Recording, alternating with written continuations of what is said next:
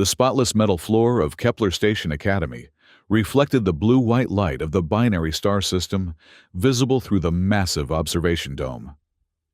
Jimmy O'Brien ran his mop across the already immaculate surface, more out of habit than necessity. 3 years of maintaining the Academy's pristine corridors had taught him exactly how to appear busy, while actually listening to the holographic lectures being delivered in the adjacent classroom. The quantum entanglement properties of Centaurian silk allow for instantaneous communication across vast interstellar distances. Professor Zalti's voice carried through the partially open door. Jimmy nodded to himself, mentally filing away the information. The Academy itself was a marvel of engineering. A rotating space station orbiting the twin stars of Kepler-16, housing the most prestigious interspecies educational institution in the galaxy. Its hallways gleamed with polished metal. Classrooms featured state-of-the-art holographic technology, and the student body represented over 40 different sentient species. Jimmy pushed his cart further down the corridor. His unremarkable human appearance. Average height, brown hair beginning to gray at the temples, and standard-issue custodial coveralls, ensuring that most faculty and students barely registered his presence. Which was exactly how he preferred it. The former Ghost Protocol operative had chosen this position specifically for its invisibility. As he approached the Advanced Xenopolitics lecture hall, a tall Vorax student emerged, nearly colliding with Jimmy's cart. The alien's orange scales flushed purple with irritation. "Watch where you're going, Janitor," the student said, 6-fingered hands adjusting the elaborate collar that denoted his high social standing. "Sorry about that, sir," Jimmy replied, dipping his head in practiced deference. The Vorax paused, noticing a small puddle on his holographic tablet. "You've compromised my educational interface with your cleaning solution." Jimmy recognized the student, Zrekstal, heir to the magnificent consortium, one of the largest trading conglomerates in the Outer Rim. His reputation for arrogance was well earned. "Let me take care of that for you," Jimmy offered, producing a microfiber cloth from his pocket. With practiced efficiency, he wiped the device, simultaneously performing a subtle diagnostic touch that would have impressed the Academy's IT department. "Your screen had a minor calibration issue. Should work better now," Jimmy added, handing the tablet back. Zrekstal's scales shifted to a surprised yellow-green as he tested the device. "It does respond more efficiently." His multifaceted eyes narrowed. "How does a custodian know about calibration matrices?" Jimmy shrugged. "Pick things up here and there. 3 years cleaning tech labs. You learn a few tricks." The Vorax's scales settled into a contemplative blue before he continued down the hallway without further acknowledgement. Jimmy resumed his work, moving toward the administrative wing where he had another, less public task to complete. His earpiece, disguised as a standard custodial communication device, vibrated softly. "Jimmy, this is Dr. Blackwood. I need to see you in my office and now." The custodian frowned. In 3 years, the director of student affairs had never summoned him directly. Changing direction, Jimmy steered his cart toward the storage closet, secured it, and made his way to the administrative offices. Dr. Eleanor Blackwood's office was a stark contrast to the utilitarian corridors, filled with artifacts from dozens of worlds, each telling a story of cultural exchange. The human administrator looked up from her desk, her expression unreadable. "Close the door, Mr. O'Brien." Jimmy complied, maintaining his carefully crafted persona of slight nervousness. "Is there a problem with the cleaning, Dr. Blackwood?" "Let's not waste time," she said, activating a privacy field. The air shimmered briefly before settling into an almost imperceptible dome around them. There was an unauthorized access to the Academy's security protocols last night. Someone used a terminal in custodial closet B7 to download classified student records. Jimmy's expression remained neutral. "That's concerning. Maybe one of the other staff." The access codes used were administrative level, but they were routed through maintenance pathways that shouldn't exist. She leaned forward. Pathways that only someone intimately familiar with both our security systems and our maintenance infrastructure would know about. "I'm just a janitor, ma'am." Dr. Blackwood smiled thinly. "A janitor who somehow knows when the Thraxian ambassador's daughter is having nightmares and arranges for the ventilation system in her quarters to play soothing harmonics. A janitor who accidentally mops the floor outside Professor Ixel's lab whenever unauthorized visitors attempt to access his research." Jimmy shifted uncomfortably. "I notice things. Part of the job. Your employment records are impeccable. Too impeccable." She tapped her desk, bringing up a holographic display. "Yet, before 3 years ago, James O'Brien barely existed." "I'm not sure what you're implying." "I'm not implying anything," Dr. Blackwood interrupted. "I'm stating that you're not just a custodian, and I need to know if you're a threat to my students." Jimmy considered his options. 3 years of carefully constructed cover threatened to unravel, but he recognized the determination in Blackwood's eyes. She wouldn't let this go. "I'm not a threat," he said finally. "I'm here because it's quiet, and I prefer it that way." "That doesn't answer the question of who accessed those files." "No, it doesn't." Jimmy straightened slightly, his demeanor subtly shifting. "But I can find out, if that's what you want." Dr. Blackwood studied him for a long moment. "I should report this to Central Security." "You could," Jimmy acknowledged, "but by the time they mobilize a response team and navigate the bureaucracy, whoever took those files will be long gone." "And you can do better?" Jimmy almost smiled. "I know this station better than anyone. Every maintenance shaft, every security blind spot." "Because you're a janitor," she said, skepticism evident. "Because I'm a very good janitor," he replied. Before Dr. Blackwood could respond, her communication panel chimed urgently. "Doctor, there's a situation in the xenobiology lab. Professor Laren says it's urgent."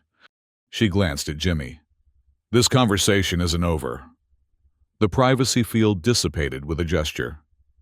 "Report back to me by the end of the day shift." Jimmy nodded and left the office, mind already calculating.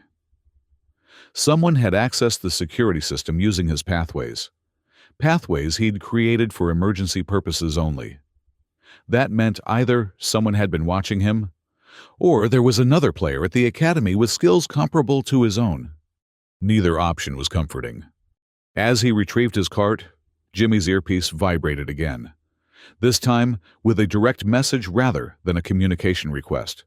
The text scrolled across his retinal implant, a piece of technology no ordinary janitor would possess. "Know who you are. Meet Docking Bay 12. Come alone or students die." Jimmy's jaw tightened. Someone was playing a very dangerous game. The remainder of the day passed with excruciating slowness as Jimmy maintained his routine while conducting his own surveillance. He meticulously checked each of his hidden monitoring devices, searching for evidence of tampering. By mid-afternoon, he had confirmed that 3 of his security measures had been discovered and bypassed with professional precision. As he finished cleaning the quantum mechanics lecture hall, Jimmy was surprised to find Zrextal waiting in the corridor, the Vorax's scales now a muted gray that indicated serious contemplation. "Custodian," Zrextal began, then paused. "O'Brien, I require your assistance with a matter of some delicacy." Jimmy raised an eyebrow. "Spill something else?" "This is not a matter for humor," the alien said, though his scales flickered briefly with amusement. "You demonstrated technical knowledge beyond your station earlier today. I wish to engage those skills." "I'm not sure what you mean."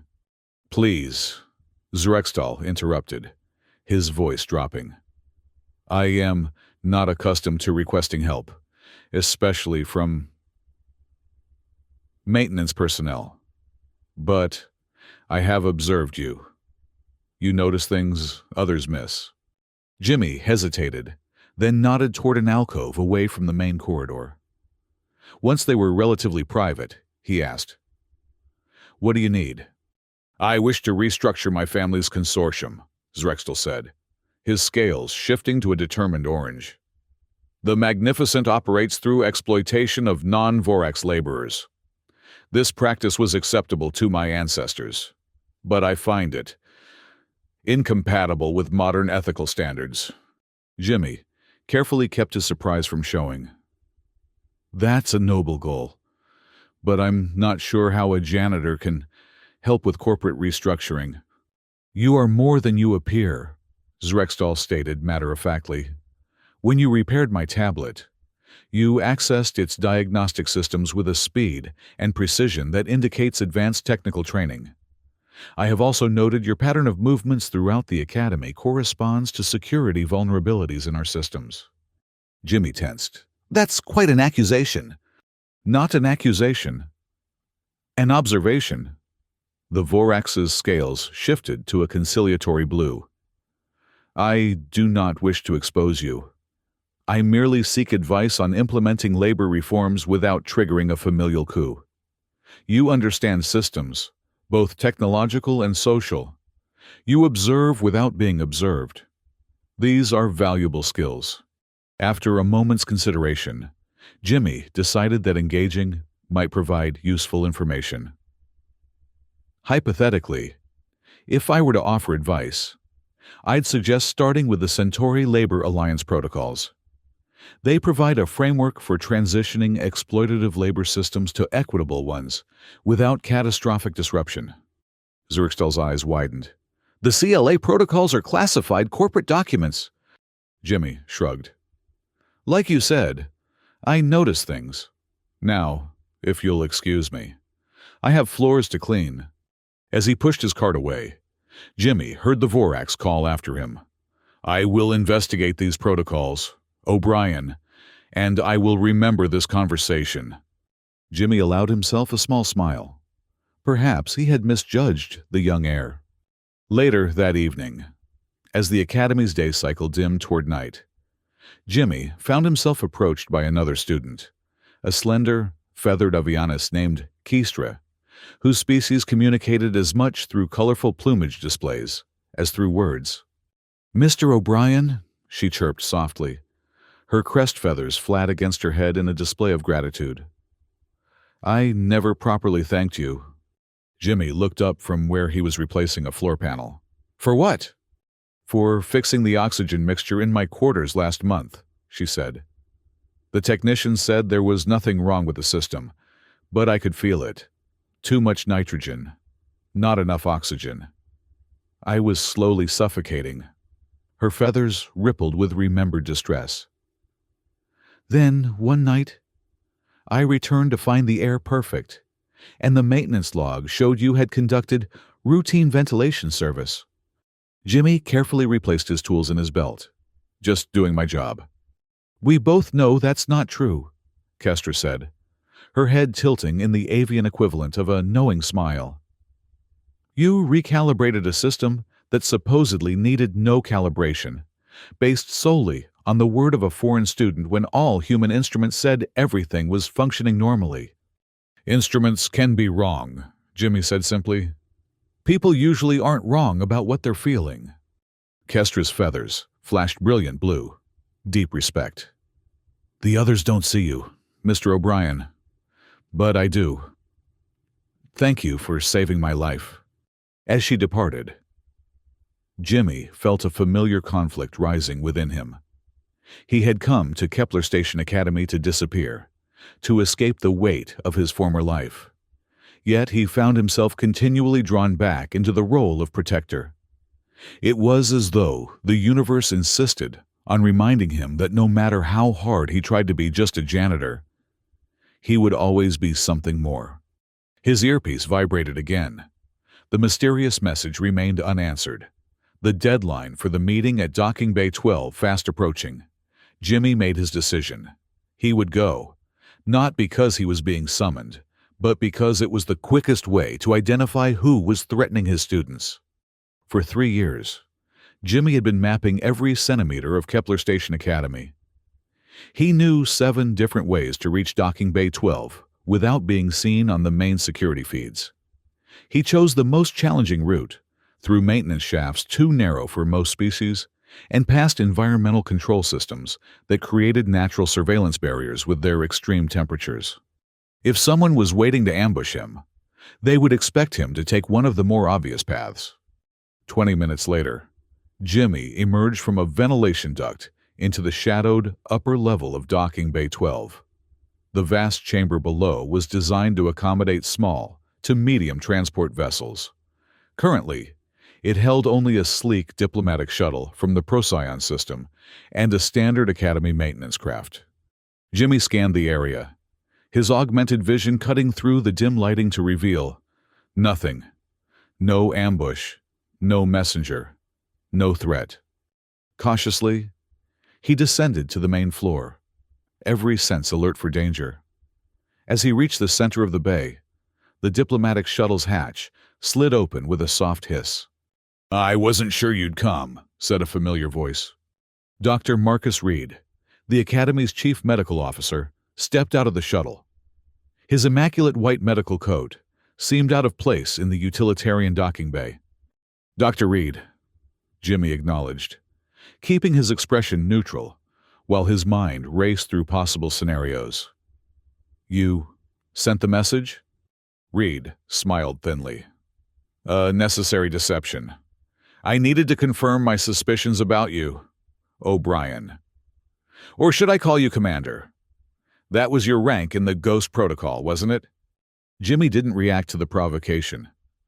"What do you want?" "Straight to business. I always appreciated that about the Ghost Protocol operatives."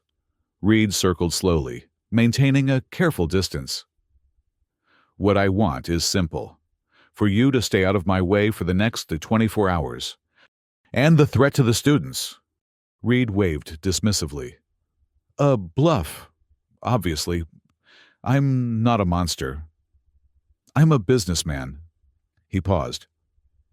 "The files I accessed contain valuable information, genetic profiles, family connections, potential vulnerabilities. There are organizations that pay handsomely for such data, especially for students as well-connected as ours." "You're selling information on the students." Jimmy's voice remained even, but his disgust was evident. "Information is the most valuable currency in the galaxy," Reed replied. "And these particular information packages will fetch enough to ensure a very comfortable retirement." "I can't let you do that," Reed sighed. "I was afraid you'd say that, which is why I took precautions." He gestured, and 2 armed figures emerged from behind the maintenance craft. Mercenaries, judging by their mismatched armor and professional stance. "Nothing personal," Reed continued, "but I've invested too much in this operation to let a washed-up Ghost Protocol agent interfere. The buyers arrive tomorrow. After that, I'll be gone, and you can return to playing janitor." Jimmy assessed the situation rapidly. 2 armed mercenaries, plus Reed, who was likely armed as well. The distance to cover, the limited options for shelter. "You've thought this through," Jimmy acknowledged. "But there's something you've overlooked." Reed raised an eyebrow. "Oh, I'm not playing janitor," Jimmy said softly. "I am a janitor." With a fluid motion, he pulled what appeared to be a simple cleaning solution sprayer from his belt and fired. A cloud of high-density cleaning foam exploded across the space, instantly hardening upon contact with the air. One mercenary was caught directly in the spray, his weapon and right arm immobilized in seconds. The other ducked behind the maintenance craft, returning fire with a neural disruptor. Jimmy was already moving, sliding beneath the diplomatic shuttle as energy pulses crackled where he had stood moments before. From his new position, he extracted another cleaning tool from his belt. This one, a compact sonic disruptor disguised as a drain unclogger. The device emitted a focused pulse that shattered the hardened foam around the first mercenary. The concussive force, knocking the alien unconscious. The second mercenary adjusted his position, trying to get a clear shot. Reed, meanwhile, was retreating toward the shuttle's open hatch. "Kill him!" he shouted. Jimmy rolled to the side as another neural pulse scorched the floor beside him. He needed to end this quickly before Academy security responded to the disturbance. Reaching into his boot, he retrieved a small metal sphere, one of the few Ghost Protocol devices he had kept after his retirement. With practiced precision, he activated the sphere and slid it across the floor toward the maintenance craft. It released a burst of electromagnetic energy, temporarily disabling all electronic devices within a 5-meter radius, including the mercenary's weapon and neural implants. The confused mercenary staggered into view, and Jimmy closed the distance in 3 rapid strides, a precise strike to a nerve cluster, and the second opponent crumpled to the floor. Reed had nearly reached the shuttle when Jimmy's thrown wrench, a regular, non-specialized tool this time, struck him in the back of the knee. The doctor fell with a cry of pain and outrage. "You don't understand what you're interfering with," Reed gasped as Jimmy approached. "These buyers, they're not people you want as enemies." "Neither am I," Jimmy replied, securing the doctor's hands with a zip tie from his utility belt. "Now, let's discuss those student files you stole." Reed's expression shifted from pain to smug confidence. Too late. The primary data is already en route to the buyers. This was just a distraction to keep you occupied. A cold dread settled in Jimmy's stomach. What have you done? "Created a diversion," Reed said. "While we've been having this little confrontation, my associates have been implementing the real operation. By now, they should be securing their primary targets." "Targets? You're not just selling information." Jimmy's grip tightened. "This is a kidnapping operation." Reed's silence was confirmation enough. Jimmy activated his disguised communicator. "Blackwood, it's O'Brien. We have an emergency. Multiple students are in danger. Initiate Security Protocol 7. O'Brien, what are you? No time. Reed is involved. He's been selling student information to an extraction team. They're on the station now." There was a moment of stunned silence before Dr. Blackwood's voice returned, now crisp with authority. "Security alerts activated. What do you need?" "Lock down all docking bays and external access points. Then meet me in security control." Jimmy glanced at the restrained doctor. "And send someone to collect Reed and 2 accomplices from docking bay 12. As Jimmy rushed through the corridors toward the central security hub, he assessed his limited options. His cover was irrevocably blown. But that was a concern for later. Right now, students were in danger, and he had a station to secure. Dr. Blackwood was waiting when he arrived at the security center, her expression a mixture of confusion and determination. "The lockdown is in effect. Now explain to me why my chief medical officer is involved in kidnapping students." "Money," Jimmy said simply, moving to the central console. "Reed has been selling information, genetic profiles, family connections, security weaknesses, to what I suspect is a sophisticated trafficking operation. They target high-value individuals for ransom or exploitation. And you know this because..." Jimmy's fingers flew across the console, bringing up security feeds from throughout the station. "Because I've encountered their methodology before." He hesitated, then added, "In my previous occupation." "Which was?" "Classified." Jimmy focused on the displays. "There. Residential Section E. 3 individuals moving with tactical precision. Non-standard equipment." Dr. Blackwood leaned closer. "That's the diplomatic quarter. The children of ambassadors and corporate leaders reside there. Perfect targets for maximum ransom potential," Jimmy confirmed. "We need to evacuate those students immediately, but quietly. No alarms that would alert the extraction team." "I can initiate a targeted environmental alert," Blackwood offered, It would trigger evacuation protocols for just that section without raising general alarms. "Do it," Jimmy said, already moving toward the door. "And I need access to my equipment." "Your equipment." Jimmy met her gaze steadily. "In maintenance locker 47B. It requires my biometric signature and a code phrase." Understanding dawned in Dr. Blackwood's eyes. "You've been prepared for something like this all along." "I've been prepared for everything," Jimmy corrected. "It's why I'm still alive." 10 minutes later, Jimmy stood in a maintenance junction. The familiar weight of his Ghost Protocol tactical suit settling around him like an old memory. The sleek, dark material absorbed light, rather than reflecting it, and the integrated systems connected seamlessly with his neural implants. It had been 3 years since he'd worn it. He had hoped never to put it on again. But some choices weren't really choices at all.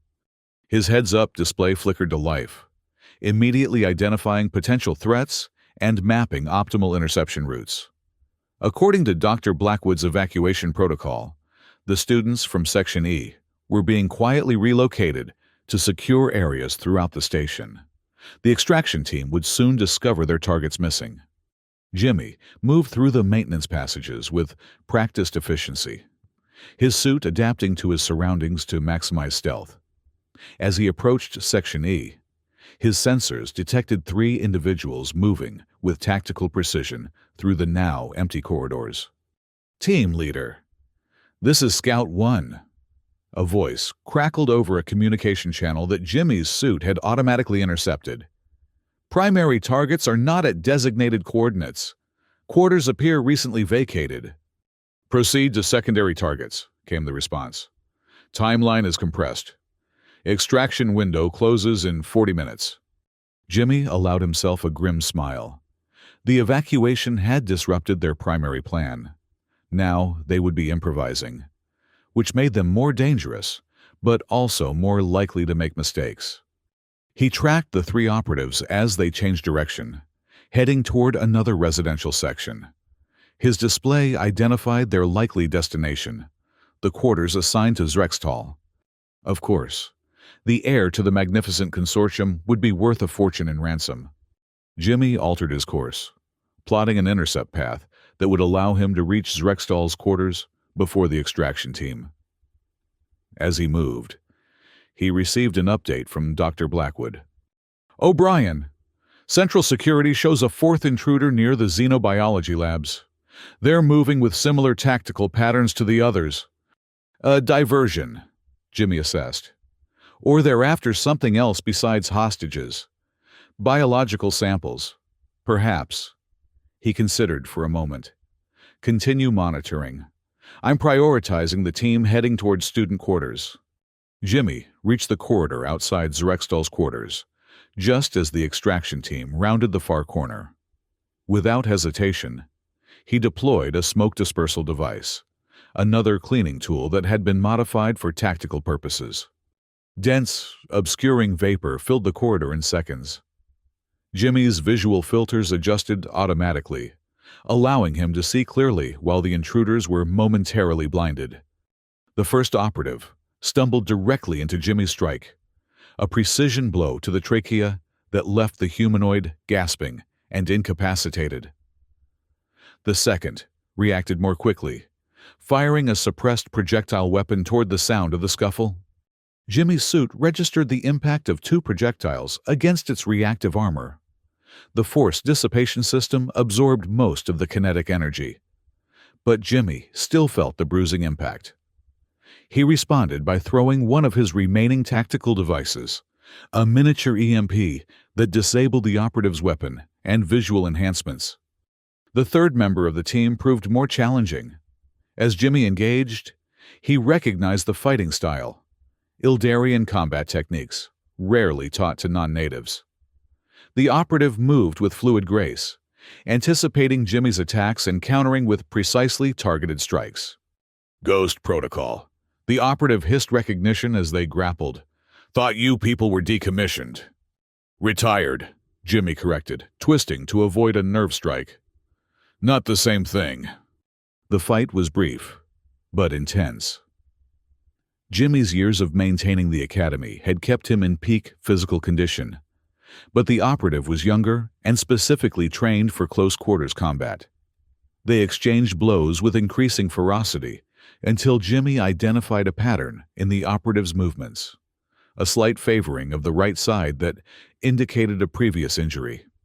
He feinted left, then struck directly at the weak point. The operative collapsed with a strangled cry. As the smoke began to clear, Jimmy secured all three intruders with restraints. His suit had sustained minor damage, but all systems remained operational.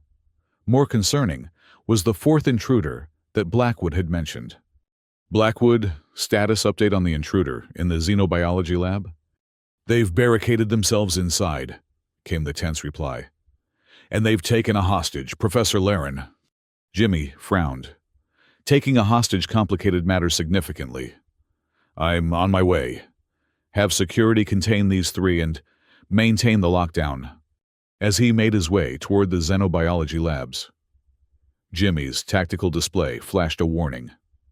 Someone had overridden the station's environmental controls and initiated a purge sequence in multiple sectors, including the secure areas where evacuated students were being held. Blackwood, we have a new problem. Someone's trying to flush out the students by triggering life support failures in their secure locations. This isn't just an extraction team. They have someone on the inside with high-level access. That's impossible, Blackwood responded. Only senior administration has that kind of clearance.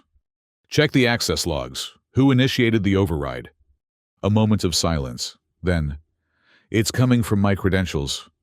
You're being framed, Jimmy concluded. Can you counter it? I'm trying. But they've locked me out of the primary systems. I need physical access to the environmental control hub. Jimmy calculated rapidly. The xenobiology situation is a diversion. Their real target is still the students. He changed direction, heading toward the environmental control center. I'll secure the systems. Send whatever security personnel you can trust to protect the students and deal with the hostage situation.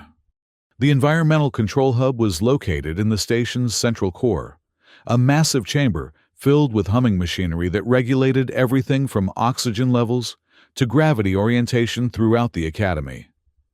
As Jimmy approached, his sensors detected two individuals inside, one standing guard at the entrance, another working at the main console. Jimmy didn't have time for subtlety. He activated his suit's offensive systems, limited but effective, and moved directly toward the guard. The sentry reacted instantly, raising a weapon. Jimmy's suit projected a focused sonic pulse that caused the guard to stagger, disoriented. A follow-up strike rendered him unconscious. Inside the control hub, Jimmy found an unexpected figure, Professor Halik, the Academy's xenotechnology instructor. The Saurian looked up from the console, his reptilian features unreadable. Ah, the janitor, Halik said, continuing to manipulate the controls. I wondered who was interfering with our operation. Ghost protocol, I presume. Interesting career change. Step away from the console, Professor, Jimmy ordered. Halik's tongue flicked out in amusement. Or what? You'll clean me to death? His clawed hands continued their work. In approximately 3 minutes. The life support systems in sectors 7 through 12 will fail. The students will be forced to evacuate to designated emergency areas, where my associates will be waiting. Why? Jimmy asked, edging closer. You're a respected academic with tenure and influence. And limited lifespan, Halik replied bitterly. Saurian degenerative syndrome. Terminal within a year. The medical treatments exist, but they're prohibitively expensive, unless one has connections to certain wealthy organizations, willing to pay for access to promising young talents. Jimmy nodded, understanding.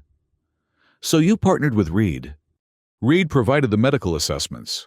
I identified the most valuable targets. A mutually beneficial arrangement. Halik's eyes narrowed. Now, I suggest you back away. I have no desire to harm you, but I will if necessary. Jimmy noticed the professor's hand moving toward a concealed weapon. In one fluid motion, he threw his last remaining tactical device, a precision adhesive projectile that pinned Halleck's hand to the console. The professor roared in pain and surprise as Jimmy closed the distance between them. A swift blow to a nerve cluster at the base of the Saurian's skull, and Halleck slumped unconscious. Jimmy immediately took control of the console, working quickly to reverse the life support shutdown. His fingers flew across the interface, canceling emergency protocols and restoring normal operations. Blackwood, this is O'Brien. I've secured the environmental systems and neutralized Halleck. He was working with Reed. Acknowledged, came the response. The situation in xenobiology is also contained.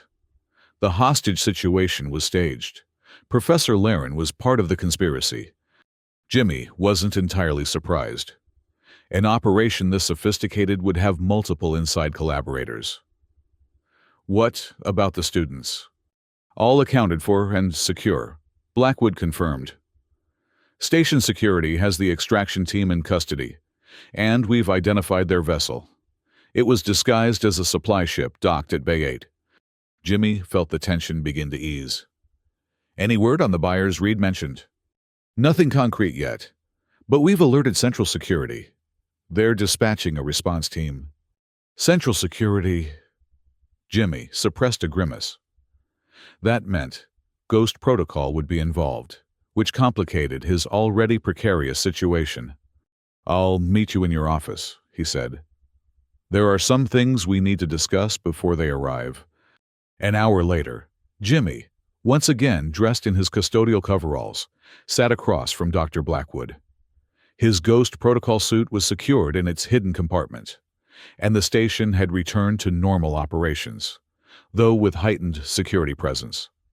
So, Blackwood began. Ghost Protocol? I've heard stories, but I never thought I'd meet one of you. Former, Jimmy corrected. I retired 3 years ago. And became a janitor.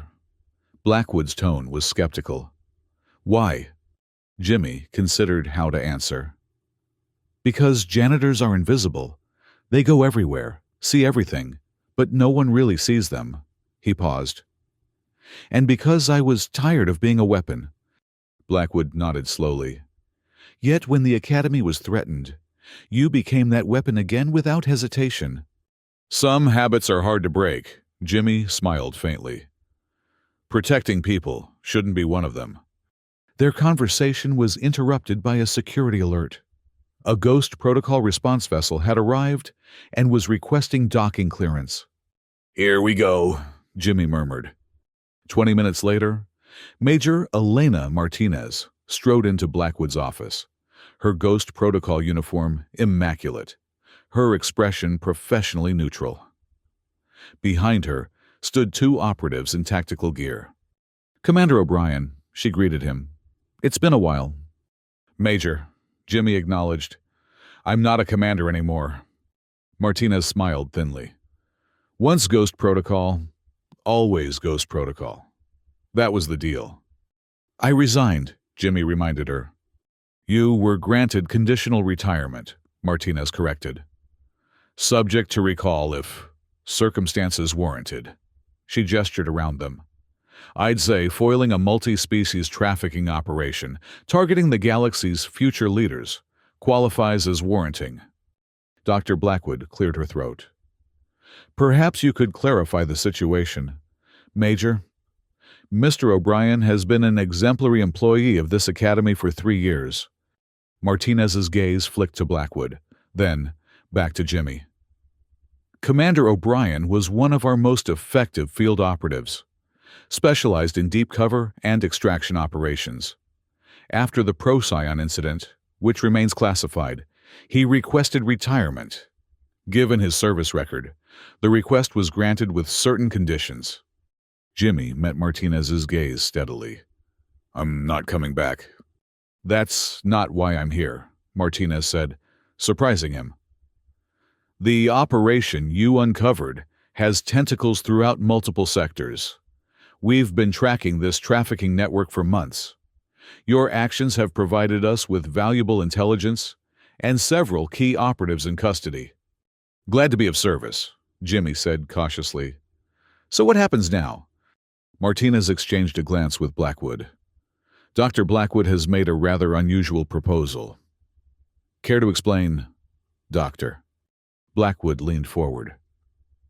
I've suggested that Mr. O'Brien's unique skill set could be officially utilized by the Academy in a dual capacity, continuing his current position while also serving as our facility's security coordinator, a role that would allow him to maintain his cover while providing enhanced protection for our students. Jimmy blinked in surprise. You want me to stay after all this?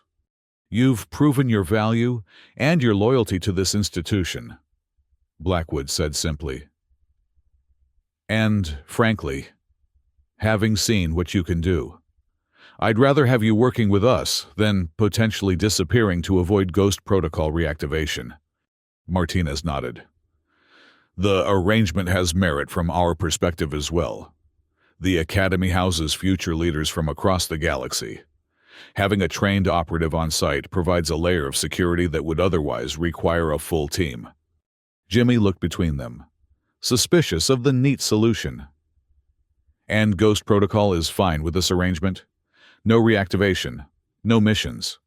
You would remain on inactive reserve status, Martinez clarified.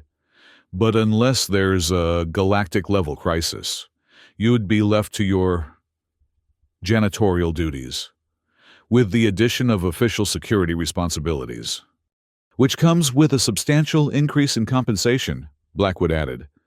Jimmy considered the offer. It wasn't perfect. Nothing ever was. But it would allow him to continue the life he'd built while acknowledging the skills he couldn't seem to leave behind. Most importantly, it would allow him to protect the students who had, despite his best efforts at emotional distance, become something like family. I'll need autonomy, he said finally. No committees, no bureaucracy when it comes to security implementations. Within reason, Blackwood agreed. And I choose my team, Jimmy added. There are staff members I trust who could be valuable assets if properly trained. Martinez raised an eyebrow. You've already been building a network, haven't you? Jimmy didn't deny it. Let's call it contingency planning. Very well, Blackwood said, extending her hand. Do we have an agreement? Facility Security Coordinator O'Brien? Jimmy shook her hand, feeling as though a weight had both lifted and settled more comfortably. We do, Dr. Blackwood. As Martinez and her team prepared to depart with the prisoners, she pulled Jimmy aside. Admiral Kane asked me to deliver a personal message. Jimmy tensed.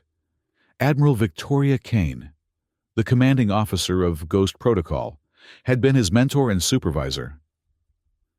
What's the message? Oh, she said, some people can't stop being who they are, no matter how hard they try. That's not always a bad thing. Martinez studied him. She also said the door remains open, should you ever change your mind. Jimmy nodded acknowledgement but made no comment. As he watched the Ghost Protocol team escort Reed, Halik, and the other conspirators toward their vessel, he felt a complex mixture of emotions: nostalgia for the certainty of his former life, satisfaction at having protected his new one. The following day, as normalcy returned to the Academy, Jimmy was surprised to find Zrextal waiting near his maintenance closet, the Vorax's scales a contemplative blue-green. O'Brien, Zrextal greeted him. Or should I address you by your new title? News traveled fast at the Academy. Just Jimmy is fine. I have been researching the Centauri Labor Alliance protocols, Zrextal said. They are indeed a viable framework for restructuring the magnificent consortium's labor practices. His scales shifted to a determined orange. I have initiated preliminary discussions with our board of directors. Jimmy raised an eyebrow. That's ambitious, yet necessary, Zrextal replied. Yesterday's events have clarified certain priorities. He hesitated, then added, I understand that I was among the primary targets of the extraction operation. You would have been valuable to them, Jimmy confirmed. Zrextel's scales rippled with a complex emotion. Instead, I was protected by someone I had dismissed as irrelevant. There is wisdom in that experience that I intend to apply broadly. He extended a six-fingered hand. Thank you, Jimmy O'Brien. Jimmy shook the offered hand, genuinely impressed by the young Vorax's evolution. Good luck with your restructuring. As Zrextal departed, Dr. Blackwood approached, data tablet in hand. Making friends with the students now. That's a change. Jimmy shrugged. Maintaining cover. Of course, Blackwood said dryly. I have the security protocols you requested. The background checks will be implemented immediately. And the audit schedule has been approved. And the training program for selected staff? Starting next week. She handed him the tablet. Your first official act as facility security coordinator. Try not to let the power go to your head. Jimmy smiled slightly. I'll do my best. 6 months later, Jimmy O'Brien stood in a freshly cleaned corridor, watching students pass on their way to morning lectures. His position had evolved in ways he hadn't anticipated. While he still maintained his custodial duties, finding genuine satisfaction in the straightforward nature of the work, his security role had expanded to include training a small team of observant staff members who now formed a discrete security network throughout the academy. The changes implemented after the trafficking incident had strengthened the institution's defenses without disrupting its academic environment. Background checks, regular security audits, and enhanced monitoring systems had been integrated so seamlessly that most students remained unaware of their existence. Dr. Blackwood had proven to be an invaluable ally, supporting his recommendations while providing the administrative firewall he needed to operate effectively. Their weekly security briefings had evolved into a professional friendship based on mutual respect. Even Major Martinez had kept her word, maintaining contact through secure channels, but respecting his autonomy. The intelligence he occasionally shared about potential threats to the Academy was exchanged for updates on former colleagues and galactic security concerns. As Jimmy collected his cleaning supplies, he noticed Zrextal approaching, accompanied by a delegation of Vorax dignitaries. The young heir's scales glowed with confidence and purpose. The board members were impressed by the presentation, Zrextal told him quietly as the delegation continued past. The first phase of restructuring will begin next quarter. The Centauri protocols provided exactly the framework we needed. Jimmy nodded acknowledgement. Glad it worked out. The magnificent consortium would benefit from your advisory services, Zrextal suggested. The compensation would be substantial. I appreciate the offer, Jimmy replied. But I'm where I need to be. Zrextal's scales flickered with understanding. As am I, thanks in part to your guidance. Later that evening, as Jimmy completed his final rounds, his enhanced hearing detected an unusual sound coming from Laboratory 7, a rhythmic clicking that didn't match any of the standard equipment signatures. Most security personnel would have called for backup, or at least reported the anomaly. Jimmy simply retrieved a specialized tool from his cart and entered the lab. Inside, he found a malfunctioning centrifuge that was seconds away from a catastrophic failure that would have destroyed months of research. With practiced efficiency, he stabilized the device and corrected the error in its control systems. As he exited the lab, Jimmy overheard two students talking in the corridor around the corner. Did you hear about the legendary Janitor? One asked. They say he single-handedly stopped the kidnapping attempt last semester. That's just a rumor, the other replied skeptically. Why would a special operative pretend to be a janitor? Perfect cover, isn't it? No one notices the cleaning staff. They're practically invisible. Sounds like an urban legend to me. Next, you'll tell me he has secret weapons disguised as mops. Their laughter faded as they continued down the corridor. unaware of Jimmy's presence. He smiled to himself as he pushed his cart toward the maintenance bay. They weren't entirely wrong about the mop, though its modifications were more about enhanced cleaning efficiency than weaponry. After all, he took pride in his work, both as facilities security coordinator and as a custodian. Some might find it strange that a former Ghost Protocol commander would find satisfaction in maintaining floors and securing ventilation systems. But Jimmy had discovered something during his 3 years at the academy. True purpose came not from titles or recognition, but from creating an environment where others could thrive safely. As he stored his equipment for the night, Jimmy reflected on Admiral Kane's message. Some people couldn't stop being who they were. He had tried to stop being a protector, only to find himself protecting in a different way. Perhaps that wasn't failure, but evolution. The academy slept peacefully under his watch. Students from 40 different species dreaming of futures they would help create. Jimmy O'Brien, janitor and guardian, completed his log entry for the day and prepared for tomorrow's challenges. After all, someone had to keep things clean.